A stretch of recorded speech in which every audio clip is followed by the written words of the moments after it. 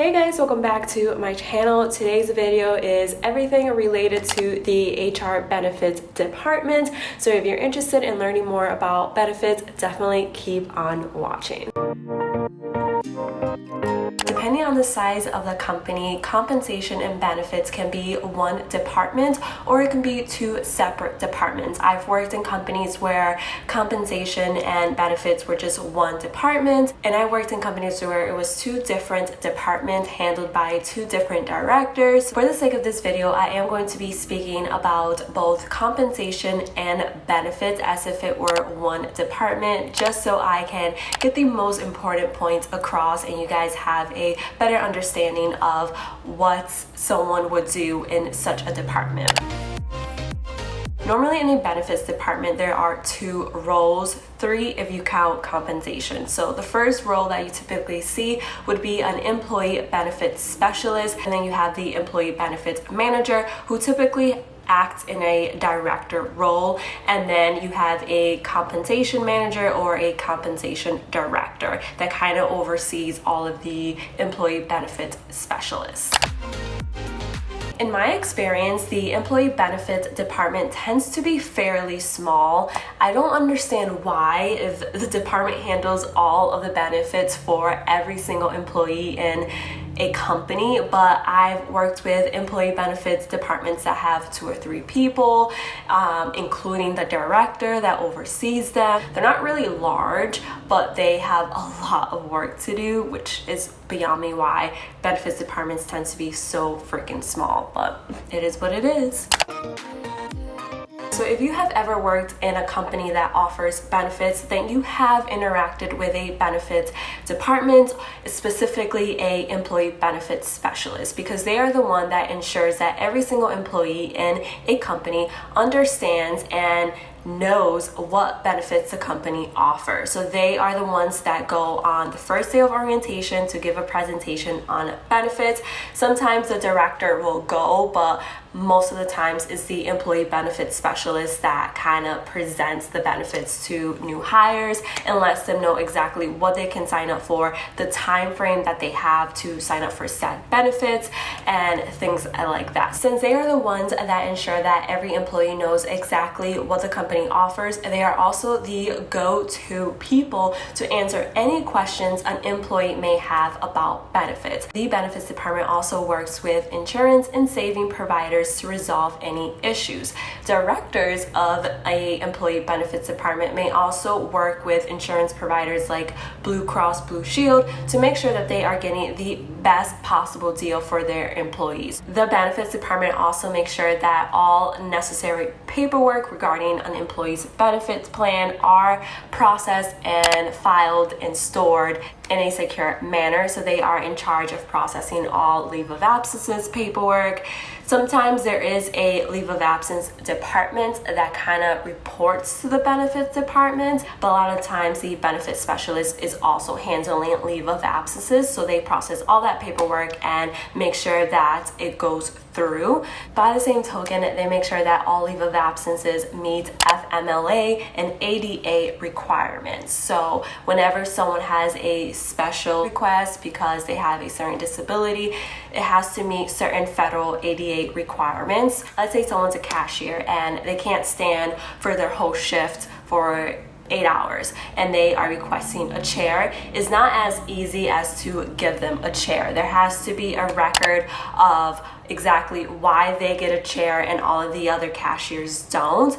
Okay, so let's talk a little bit more about the employee benefits manager and the comp director roles. A comps manager or a comps director has to deal with everything regarding compensation. So they make sure that the company is offering the best rates possible in the market. So how they're able to make sure that the company is offering the best rates for their roles is by doing a lot of market research. So for someone to work in a compensation director role, they have to have a strong financial background, because a lot of their time is done studying statistics, studying financial trends, market trends, and then they use all that information and research that they've gathered to present it to the rest of the financial departments, to the board of directors, to make sure that if any adjustments to salaries need to be made, that they are made.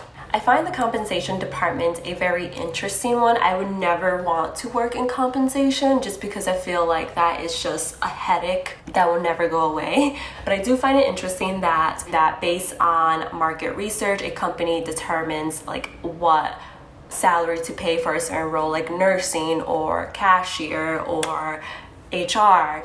It definitely is an interesting department to work in. There is a lot of contract negotiation behind the scenes, so employee benefits director are constantly reaching out to insurance providers, to certain community centers like YMCA, to certain gyms, to make sure that they're able to get the best deal possible for their employees. So I feel like a lot of employees don't see that or are not aware of that, but there's a lot of things that go behind the scenes in order to bring benefits to employees in a company.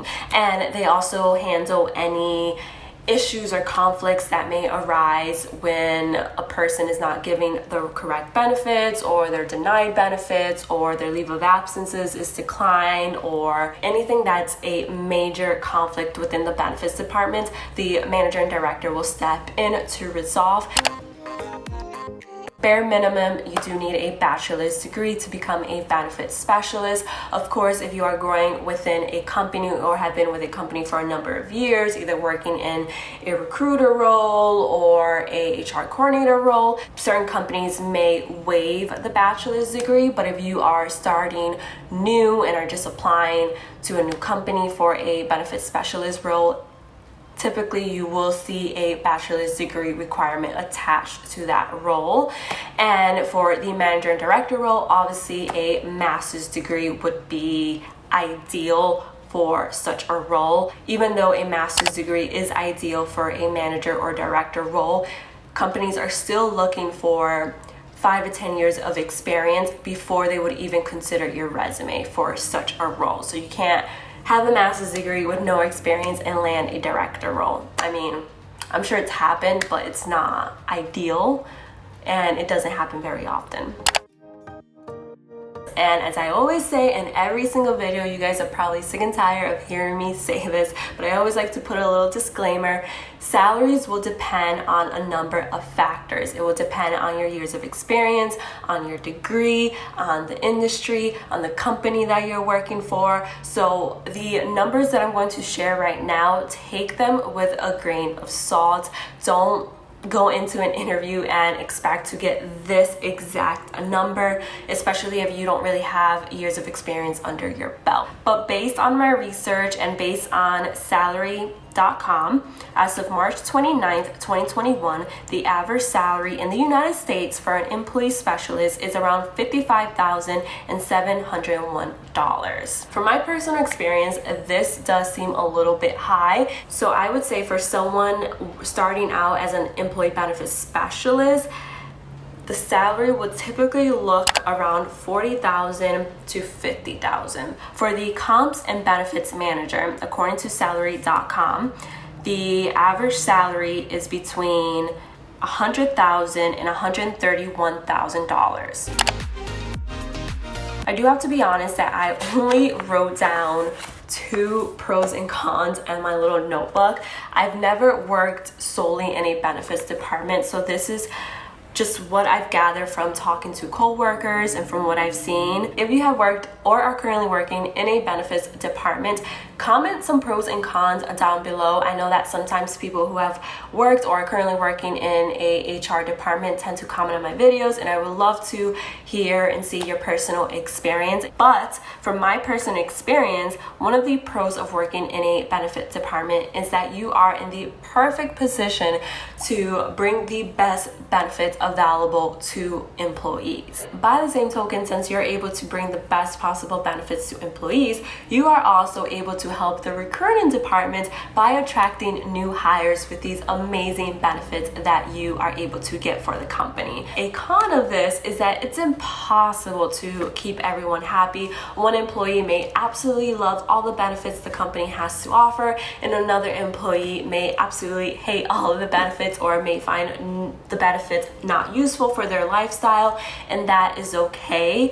You can't make everyone happy. There are going to be angry people in your office, but a lot of the times the benefits department is constrained by either the finance departments, by the board of directors. So there's a lot of things that go on behind the scenes that employees don't always see. So it's very important to just not take work home and leave the problems and the complaints at the door once you leave for the day. Another pro of working in a benefits department is that you are in a perfect position once again to keep your employees happy and to establish a great work culture. And what I mean by this is that you are able to implement fun benefits. So we all know the benefits revolving health insurance, dental insurance. I feel like those are basic benefits every company should have. But the benefits that I'm talking about are ones that have to deal with the employees directly. So this could be bringing in a food truck on Fridays so that the employees can enjoy it, doing company outings, implementing casual Fridays within the company. Things that really don't cost too much money can be implemented that will make an employee really like working for said companies. They are in a great position to make the work culture a very good one. But that's pretty much it for today's video. I really hope you guys enjoy learning a little bit more about the benefit branch of HR. If you have any questions, feel free to leave them down below. Again, I haven't personally worked solely in a benefits department, but I can answer any questions that you may have, or at least try to answer any questions that you may have. Don't forget to give this video a big thumbs up if you thought it was helpful. Don't forget to subscribe. I have a ton of other HR related videos on my channel that you definitely should check out, and I'll see you guys in the next one. Bye guys.